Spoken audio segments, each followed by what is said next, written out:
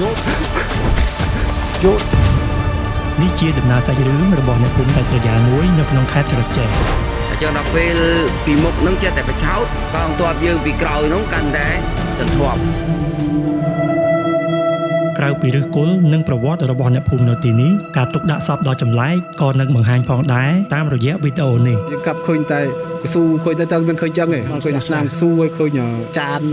ដែលបែកនៅក្នុងនឹងភាសាការរស់នៅទំនៀមទម្លាប់និងប្រវត្តិសាស្ត្ររបស់មនុស្សមួយក្រុមនេះនឹងត្រូវលាតត្រដាង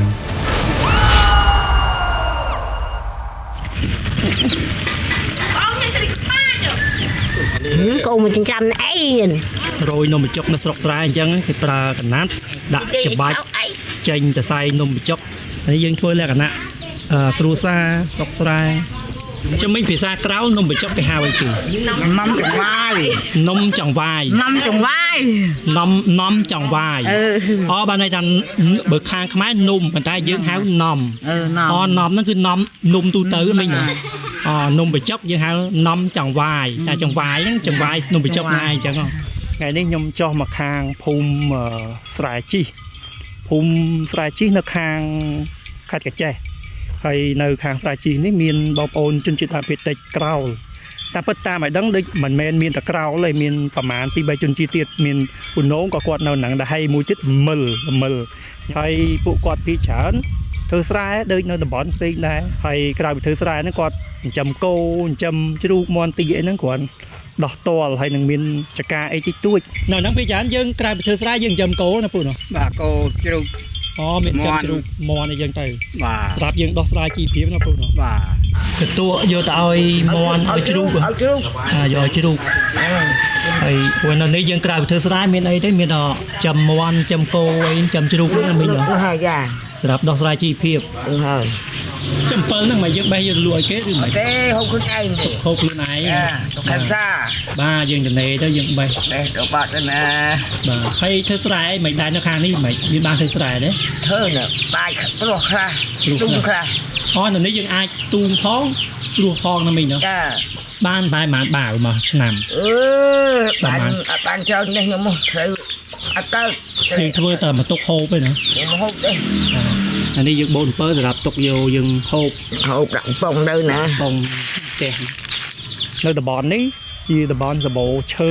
ដោយសារនៅតាមភូមិនេះសង្កេតឃើញផ្ទះមួយធ្វើពីឈើពីច្រើនគឺឈើសឹងតែ 90% ហើយឈើហ្នឹងមើលទៅគេសូម្បីលបងអីតាមលបងតាមផ្ទះអីមួយហ្នឹងសុទ្ធតែធ្វើពីឈើស្រែជីជាភូមិដាច់ស្រយាលមួយស្ថិតនៅក្នុងឃុំស្រែជីស្រុកអូគ្រៀងសែនជ័យខេត្តក្រចេះបើយើងធ្វើដំណើរពីក្រុងក្រចេះមកដល់ទីនេះមានចម្ងាយប្រហែលជា90គីឡូម៉ែត្ររីឯផ្លូវពិបាកដោយកន្លែងនេះជាលើកទី1ហើយដែលខ្ញុំបានមកដល់ទីនេះដើម្បីស្វែងយល់ពីរឿងរ៉ាវដែលពាក់ព័ន្ធនឹងជនជាតិដើមភាគតិចក្រោលហៅប៉ោងហ្នឹងឯងបងមិញបាទអានេះយើងធ្វើក្រៅពីតនេពីស្រែចកាយើងធ្វើវាណាសម្រាប់រោត្រីផុតរដូវស្រែចកាយើងធ្វើដោះស្រាយជីវភាពបានខ្លះយើងដាក់ប្រកបក្នុងទឹកឯងឬមិនដាក់ប្រឈោចេះយើងដាក់ប្រឈោអញ្ចឹងទៅហើយត្រីវាចូលតាមហ្នឹងទៅបាទអានេះដូចមួយទៀតខ្មែរគេហៅអីទ្រូហ្នឹងឯងទ្រូហ្នឹងចុះវាស្តៀងទ្រូដែរគាត់នេះវាកប៉ោងហ្នឹងគេធ្វើឡើងយកម្នាក់ពីរបានហើយអត់គ្រប់គ្នាជាពីរតើដូចគ្នាម្នាក់ពីរគ្រាប់ណែបកមើលអត់ចេះបកនៅទូចពេកអត់ចេះបកថ្មិញឡើងខ្មៅអីហ្នឹងថ្មិញឡើងកហុបអីហ្នឹង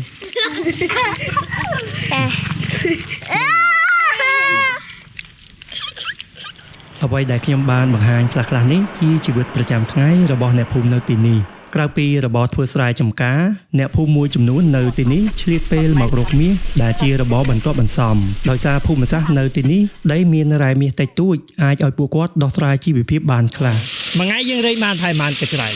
ជួនកាលម៉ូតូ2តូនោះម៉ូតូ2តូយើងគិតជាតូណាបន្ទាប់ពីគាត់ធ្វើស្រែធ្វើចការហើយ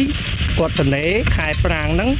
ចឹងគាត់មកឆ្លៀតរោមាសហើយតាមឲ្យដឹងមិនបានច្រើនទេបានតិចទេប៉ុន្តែគាត់ថាធ្វើទៅវាគ្រាន់បើជាងគាត់នៅផ្ទះត្នេហើយការរោនៅទីនេះជាលក្ខណៈគ្រួសារទេមិនជារោជាធំដុំទេបានតិច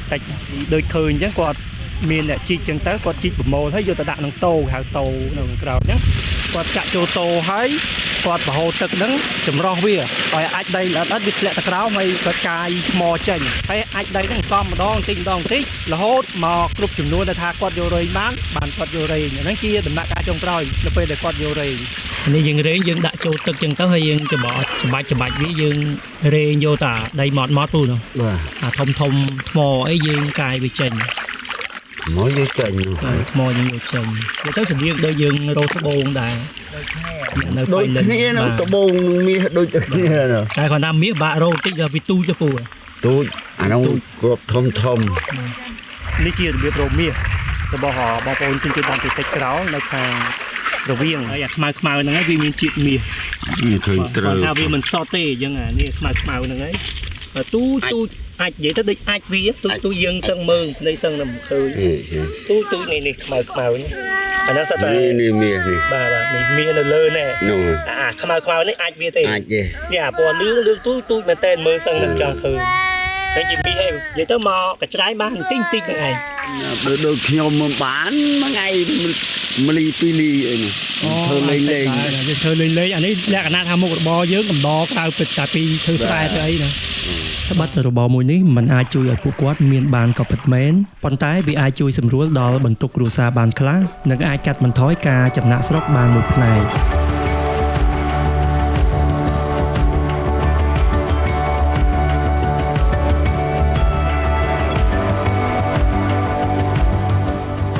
អូក្រៀងជាប្រភពទឹកដ៏សំខាន់សម្រាប់អ្នកភូមិស្រែជីក្រៅពីយកទៅប្រើប្រាស់និងស្រោចដំណាំអូក្រៀងក៏ជាប្រភពត្រីមួយផ្នែករបស់អ្នកភូមិផងដែរនៅភូមិស្រែជីមានអូមួយនៅខាងក្រោយភូមិហ្នឹងហើយទឹកថ្លាច្បងបើខ្ញុំមកដំបូងខ្ញុំស្មានតែស្ទឹងតាប៉ុន្តែតាមពិតនៅនេះគេហៅអូហើយយើងអាចរកក្មេងសហគមន៍ឬក៏អ្នកនៅសហគមន៍ហ្នឹងឲ្យគាត់ជូនអ៊ំដើរមើលរាប់តាមអូនឹងបានទេសភាពស្អាតចូលណាចេះអ៊ំទូកតាំងពីបណ្ណាអាយុតាមតូចមកអាយុថា10ឆ្នាំ10ឆ្នាំចេះអ៊ំហ្មងអ្នកនៅហ្នឹងពេលច្រើនគឺចេះអ៊ំណាហើយដែលពេលអ៊ំហ្នឹងដែលរោត្រីរោអីដែរលើកមងលើកអីយើងក៏អ៊ំធម្មតាតែអ៊ំធម្មតាដែរអូខេតែជូនគេដាក់មងជួនកាលយើងជូនគេដាក់មងតាំងពី100nămតាំងពីចានណាំម៉ៃយើងនៅក្នុងសហគមន៍ហ្នឹងគេនិយាយភាសាក្រៅเลยបងហ៎ក្រៅហ្នឹងដល់ពេលមានអ្នកដែលថាខ្ញុំអីអ្នកចម្លែកមកពីក្រៅក៏យើងអាចនិយាយខ្មែរមួយគាត់ចឹងទៅចាពួកគាត់ភាគច្រើនពិសេសចាស់នៅប្រើភាសាក្រោលដើម្បីទំនាក់ទំនងគ្នាលើកលែងតែមានអ្នកក្រៅចូលទៅគាត់ប្រើភាសាខ្មែរអូទេក៏អីទៅbênអ៊ីងទៅបានពងអត់ដែរជនជាតិដើមភាគតិចក្រោយភាគច្រើនរស់នៅតំបន់ឦសានមានដូចជាខេត្តស្ទឹងត្រែងរតនគិរីមណ្ឌលគិរីក្រចេះនិងព្រះវិហារជាដើមបើតាមចាស់រៀបរាប់ពាក្យក្រោលក៏ចេញពីពាក្យក្រោលសัตว์នោះឯងដល់ព្រែនព្រៃហ្នឹងគេឃើញថាមានបងប្អូនហ្នឹង2នាក់ប្រុសមួយស្រីមួយគេដាក់ស្ករឲ្យគេឲ្យលិតមិនតាន់បានជាធ្វើលបងធ្វើអីទេ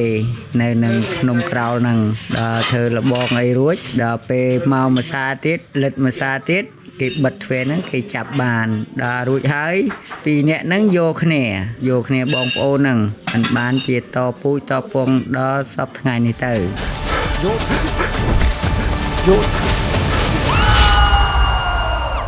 បើតាមរឿងរ៉ាវប្រវត្តិសាស្ត្រវិញកាលពីដើមពួកសៀមជារឿយតែងតែធ្វើទុកបុកម្នេញទៅលើជនជាតិដើមភាគតិចក្រោលជាហេតុធ្វើឲ្យពួកគាត់រត់គេចខ្លួនពីទិសបូព៌ាមកកាន់ប្រទេសកម្ពុជាដោយធ្វើដំណើរឆ្លងកាត់ព្រៃក្រាស់យ៉ាងលំបាកលំបិនពួកគាត់មួយចំនួនរត់គេចបានដោយជោគជ័យនិងមួយចំនួនទៀតត្រូវសៀមចាប់បានសម្រាប់អ្នកដែលរត់រួចត្រូវបន្សាំខ្លួនរស់នៅក្នុងព្រៃស្ដុកទាំងដែលគ្មានអាហារនិងសម្លៀកបំពាក់ត្រឹមត្រូវដើម្បីរស់ពួកគាត់ត្រូវទទួលទានដីប្រៃឬដីខ្ចាយរហូតមកដល់ថ្ងៃមួយរឿងនេះត្រូវបាននឹងឮដល់មនុស្សខាងក្រៅបានបញ្ជូនកម្លាំងមកយកពួកគាត់ចេញតែពួកគាត់ភ័យខ្លាចមិនព្រមទៅតាមក្រោយមកគេប្រើល្បិចយកស្ករមកធ្វើជានុយនិងសង់ក្រោលមួយនៅក្នុងស្រុកកោះញែកខេត្តមណ្ឌលគិរីសពថ្ងៃនៅពេលពួកគាត់មកទទួលទានស្ករគេបាត់ក្រោលឃុំពួកគាត់រួចធ្វើការប្រស្រ័យទាក់ទងនិងបង្ហាត់បង្រៀនឲ្យចេះស្លៀកពាក់ត្រឹមត្រូវដើម្បីរស់នៅក្នុងសហគមន៍លុះក្រោយមកគេបានបញ្ជូនពួកគាត់ឲ្យមករស់នៅក្នុងឃុំស្រែជីរហូតមកដល់សពថ្ងៃនេះប៉ុន្តែតាមឲ្យដឹងនៅមានស្ត្រីពូធំម្នាក់មិនបានចូលអន្ទាក់នេះទេ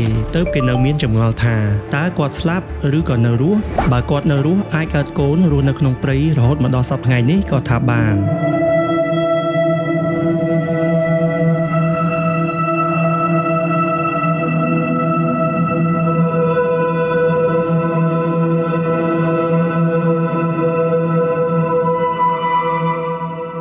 ទំនៀមទម្លាប់របស់ជនជាតិដើមភាគតិចក្រោលនៅពេលមានមនុស្សឈឺធ្ងន់គេកម្រទុកនៅលើផ្ទះណាស់ដោយសារមិនចង់ឲ្យមានមនុស្សស្លាប់នៅលើផ្ទះប៉ុន្តែមកដល់សប្តាហ៍ថ្ងៃនេះជំនឿមួយនេះសារប្រលៀបបន្តិចម្ដងនៅពេលស្លាប់ទៀតសោតក៏គេមិនធ្វើបុណ្យយូរថ្ងៃដែរគឺគេធ្វើតែមួយយប់មួយថ្ងៃគេនឹងយកទៅបញ្ចុះហើយរីឯព្រៃកប់សពតម្រូវឲ្យធ្វើនៅឆ្ងាយពីភូមិដោយហេតុថាគេខ្លាចខ្មោចផងនិងខ្លាចព្រីបិសាចដែលនៅជាមួយខ្មោចមកធ្វើឲ្យអ្នកភូមិមានជំងឺផង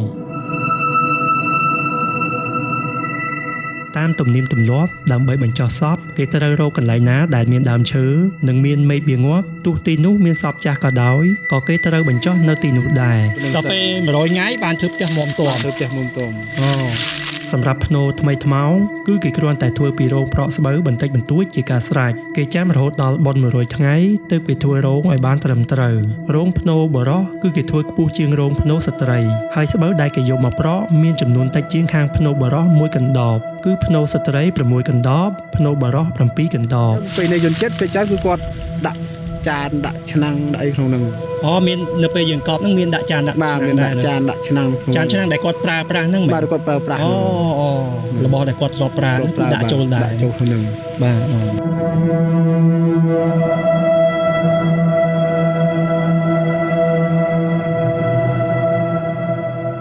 ក្រៅពីដាក់ចានឆ្នាំងគេមានដាក់កាំបិតពូថៅនៅចុងជើងសពដោយគេមានជំនឿថាព្រលឹងអ្នកស្លាប់នឹងបន្តធ្វើស្រែចម្ការនៅក្នុងភពមួយទៀតហើយពេលខ្លះក៏មានជន់ដែរបងបាទនៅខ្លះក៏មានជន់នៅក្នុងនឹងដែលយើងកាប់ឃើញតែកស៊ូឃើញតែចង់មានឃើញចឹងឯងឃើញស្នាមកស៊ូហើយឃើញចាន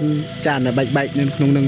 តាមឲ្យដឹងអ្នកភូមិស្រែជីនៅក្នុងសម័យប៉ុលពតមិនបានជន្លៀសទៅណាឆ្ងាយទេដូចនេះហើយក៏ឃើញមានភ្នូចាស់ជាច្រើននៅរាយប៉ាយដេដាស់ដោយសារពេលខ្លះត្រូវកប់ជន់គ្នាក៏មានខ្ញុំឃើញតាក្រោយនេះយើងមិនដឹងថាដូនតារបស់ណាបាទពេលខ្ញុំជន់តាដែលខ្ញុំតាន់ទេបាទតែពេលតាទូតហ្នឹងយើងក៏ដឹងថានៅកន្លែងណាកាលពីសម័យដើមការបញ្ចុះសពមិនមានសរសេរឈ្មោះចំណាំទេជាហេតុធ្វើឲ្យមានការលំបាកដល់មនុស្សជំនាន់ក្រោយក្នុងការស្វែងរកភ្នូសាច់ញាតិរបស់ពួកគេទៅពេលមកបច្ចុប្បន្នហ្នឹងបានពួកខ្ញុំ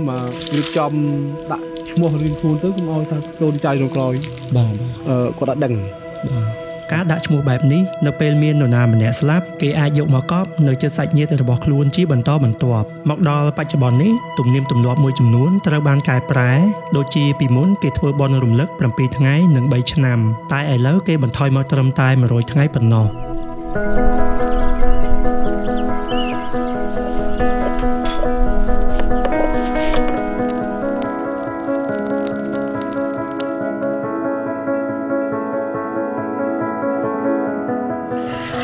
គឺមានកន្លែងដេកធំទៅអស់គេតែស្អាតទៀតនេះយើងទឹកខ្មែរមិញណោះហ្នឹងនេះលក់លក្ខណៈគ្រួសារនៅក្នុងភូមិត្រីអីមិញទឹកស្លទឹកត្រីមន់ប្រើមន់ស្រែណាអ្នកដូរឡើងមក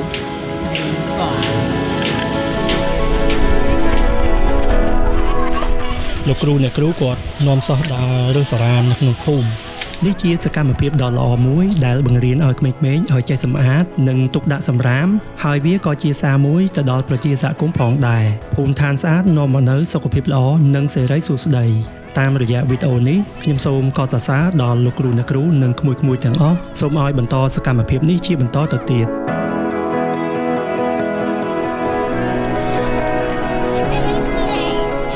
ខ្ញុំចំណាយពេល2ថ្ងៃនៅទីនេះហើយរយៈពេល2ថ្ងៃនេះខ្ញុំស្នាក់នៅក្នុងទីស្នាក់ការរបស់សហគមន៍ដែលមានការជួយសម្រួលពីបងមើដាដែលជាប្រធានសហគមន៍នៅទីនេះ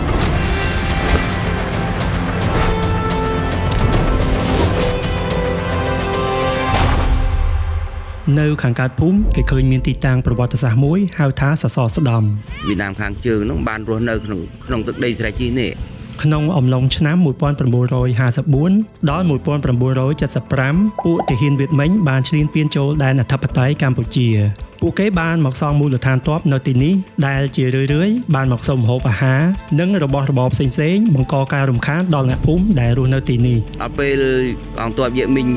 ចូលមកច្រើនពេកទៅក៏នាំគ្នាជំលះចេញពីទីតាំងស្រុកកំណើតហ្នឹងមកនៅតាមស្រែតាមអីរាយប៉ាយអញ្ចឹងទៅក្រោយមកអ្នកភូមិបានរាយការណ៍រឿងនេះទៅថ្នាក់លើដើម្បីចាត់វិធានការបាទអញ្ចឹងក៏ជំនាន់ហ្នឹងសម្ដេចយើង លើកទ័ពមកវាយពួកយៈមិញនឹងបាទ ដោយសារទីតាំងនេះមានសភាពស្មុគស្មាញទើបអាជ្ញាធរត្រូវការជំនួយពីប្រជាពលរដ្ឋដើម្បីរៀបចំយុទ្ធសាស្ត្រប្រយុទ្ធ អញ្ចឹងក្នុងដំណាក់កាលដែលវាយគ្នានោះគឺដឹកនាំដោយអ្នកភូមិអញ្ចឹងគាត់ឆ្លាតកម្លាំងយើងបិឆោតពីខាងមុខដូចថាឧបមាថាយើងរៀងតែត្រៀមជាមុខគ្នាងអញ្ចឹងដល់ពេលពីមុខនឹងចេះតែបិឆោតកងទ័ពយើងពីក្រោយនោះកាន់តែសន្ធាប់ពីក្រោយនឹងដូច្នេះពេលនោះកងទ័ពវៀតណាមគឺថាងាប់កជើងមកងាប់នឹងងាប់ នៅពេលដែលពួកវិជ្ជមិញត្រូវបានកម្ចាត់ហើយសម្ដេចព្រះបាទនរោត្តមសីហនុបានបញ្ជាឲ្យគេសាងសង់រូបសំណាកតោថ្ម